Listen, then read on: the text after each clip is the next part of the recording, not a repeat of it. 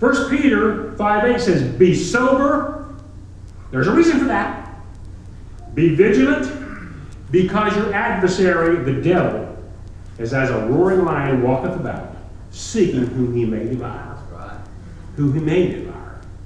He can't devour somebody that's got Christ in their heart. He can't devour somebody that's got the head to him, so, oh, I remember Jesus, forgive me.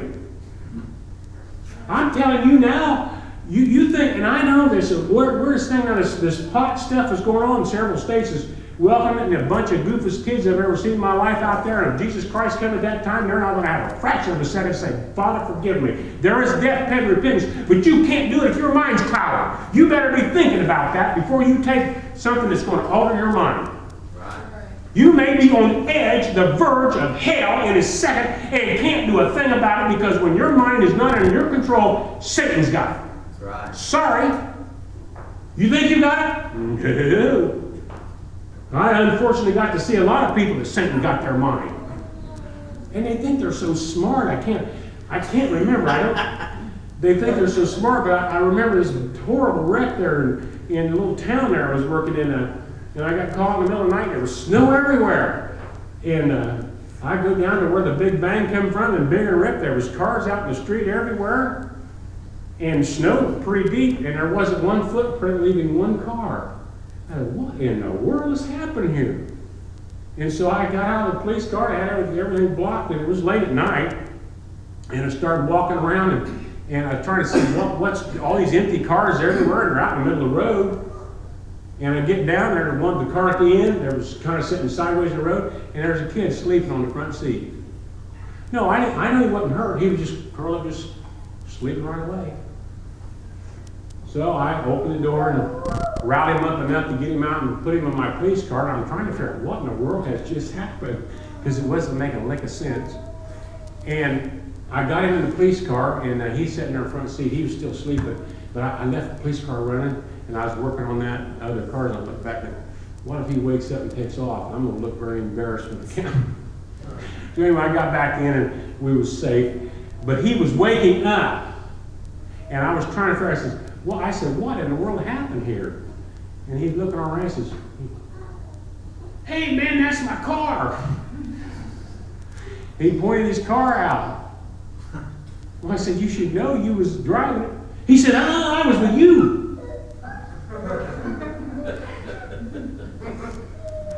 Do you think, by any stretch of imagination, that man would have had enough sense about his head to say, Father, forgive me?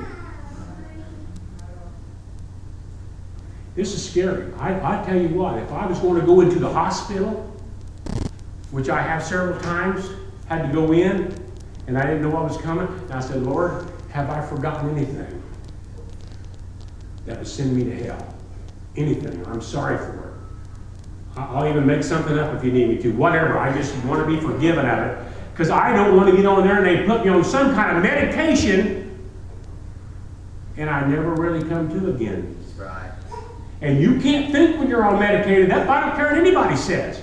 This prescription drug problem in Indiana found. Well, that's our number one problem in Indiana right now. No kidding. Where's everybody's brains at?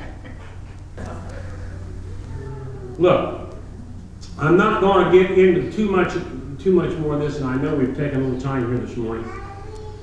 But it's so important that we talk about, the verse said about there'll come a time they don't endure sound doctrine. They don't endure it.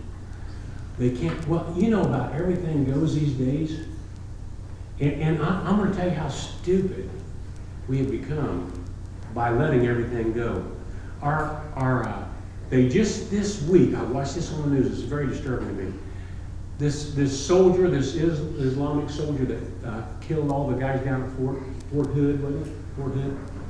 Killed them all. They just this week, finally, after millions of dollars of trials and everything else, found him guilty of that.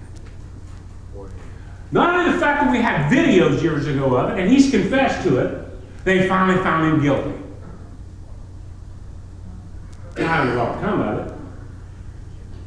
They'll probably send him to Guantanamo or something. Whatever, I don't know what they'll do with him. He kept saying, yeah, he's a terrorist. They said, oh, no, you're not. You're just misguided. You're really a nice person. His mommy says, he's really a good boy. That's right. They always say that. I don't care if they kill half the world. They're a good boy. They just come up with that decision this week. Years ago, there had been no question about it. That's right. Well, I said, well, I just don't understand how the law works. They've got to go to trial like that because that's our legal system. Oh, nonsense. That's right. That legal system now that we have was set up by a bunch of attorneys in Washington, D.C. to suck this country out of every last dime they got. That's all it is. The guy said he was guilty. He knows he's guilty. He can't wait to prove everybody's a terrorist. They say, no, you can't be called a terrorist because that just upsets our apple cart. You think that's bad? You think that's a bad story? These are the people, the ones running the military trials and stuff, are the people protecting our world and our country. They've got a new dilemma this week that come up. They don't know what to do. This Manning kid that stole all the documents and sold it around the world. He says he's now a transvestite, and so the government threw everybody in flummox. Oh, we don't know whether to try him as a boy or a girl. Now we don't know what to do. Is he a boy or a girl? They don't know he's a boy or a girl. Insanity has taken over the world. The inmates are running the asylum. Yep. I could have told you instantly what he was. I'm not even a doctor. You're a boy. Yep, boy.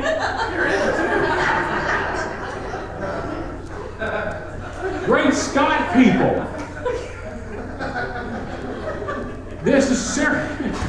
Quit laughing, it's serious. We're all nuts. You understand they're going to this big dilemma now. Because, you may be born really with the mind of a woman. And he can't help it. You know what's going to come next? Mark my word. Somebody's going to step up and say, hey, you know what? I know I got a human body, but I was really born a German Shepherd. I need PETA to watch out for me. I need the Animal Protection Department because I can't help it. I know I look like a man, but I bark a lot. I attract fleas.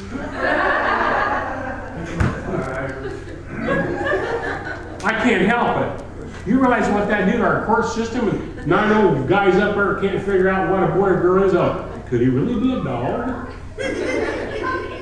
We can't see inside his mind. He might like to chase cats or something. What can you do? Folks, they're a sound doctor because there's no brain left and they don't have Jesus Christ in their heart. Anybody with a half a brain or the love of Jesus knows that everybody's just lost without him. And they don't even know who they are. That's more confusing yet. Jesus knows who they were. I think the one most important thing we have to do, there has to be some good godly men left. Good godly families left. Folks, it takes work. It's hard to stand out in this society of a mess we got. There's times going to come that it's going to be really difficult. The devil's going to get us all if we're not careful.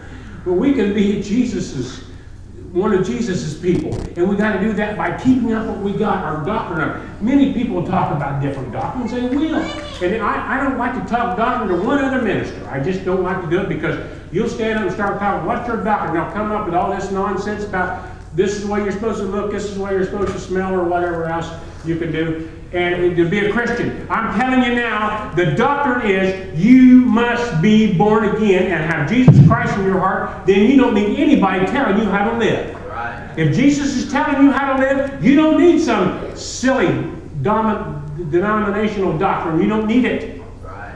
Jesus guides you in the right path. How do you do that? When you get up in the morning, you say, Jesus, guide me today. I love it. Kathy sends a prayer out every morning. Guide me today. Fill me with your love. Remove the devil from my life. That's the only way we can do it. People don't know. They don't see any difference between church people and people that go to the taverns because they both are the same a lot of times. Right. And are going to these other places of the world. They don't see the difference. I'm going to tell you now. There's one thing probably influenced me more than anything in my life was my parents. And they were good God, they're very good godly people, and I know they went right on to heaven. But you know what? They were never one bit different. Sunday morning, Thursday night, Tuesday night, they lived the life they did, and they did it with love and compassion. Folks, that's what you and I need to do to be Christians. That's right. That needs to be first. Our facilities, everything around here, if you can do anything to make it look clean and neat, go at it. I'm not supposed to do anything right now, but this is the lighthouse area. This is the last hope in the community. I get tired of church that says, well, you need to go out and go knocking on doors and calling people. That's fine. You want to do that and knock yourself out. When Jesus sent the disciples out, he gave them power to even raise the dead. Unless you've got that kind of power, they'll think you're Jehovah's Witness anyway. But we're a lighthouse. We are a lighthouse. That's right. If you've ever seen a lighthouse, it's important it keeps its light on at all times. Our lighthouse should be shining at all times to warn people of danger. Now, a lighthouse on the shore doesn't get up and go flying out in the ocean, try to find a ship and tell them that you better watch it. They got to be solid. They got to be in one place. They got to be somebody that people can know they can count on. And if everybody walks in this church and they see a bunch of people with lights on their head, guess what? They'll know it's the real deal. It isn't something that's faking. It isn't something that's all confused. It's the real deal. Take pride in this church. I don't know where I'll be going or what's going to go on with me. I don't know. I got a couple of pretty good hurdles I got to jump over. I don't care. But it's important that as this earth slips down and we kick God out, Satan comes in, we can still be a powerhouse for Jesus Christ, because it's not a world thing. It's not a nation thing. It's not a school thing. It's a heart thing. That's right. It's between you and the Lord. Amen. And the Bible says very specifically, work out your own salvation in fear and trembling. Be soldiers for Christ. And don't back down. Don't be afraid. And don't be wishy-washy. And look around what you've got and what's responsible for being here. And make sure it looks something that when people go by, says, those are good, godly people.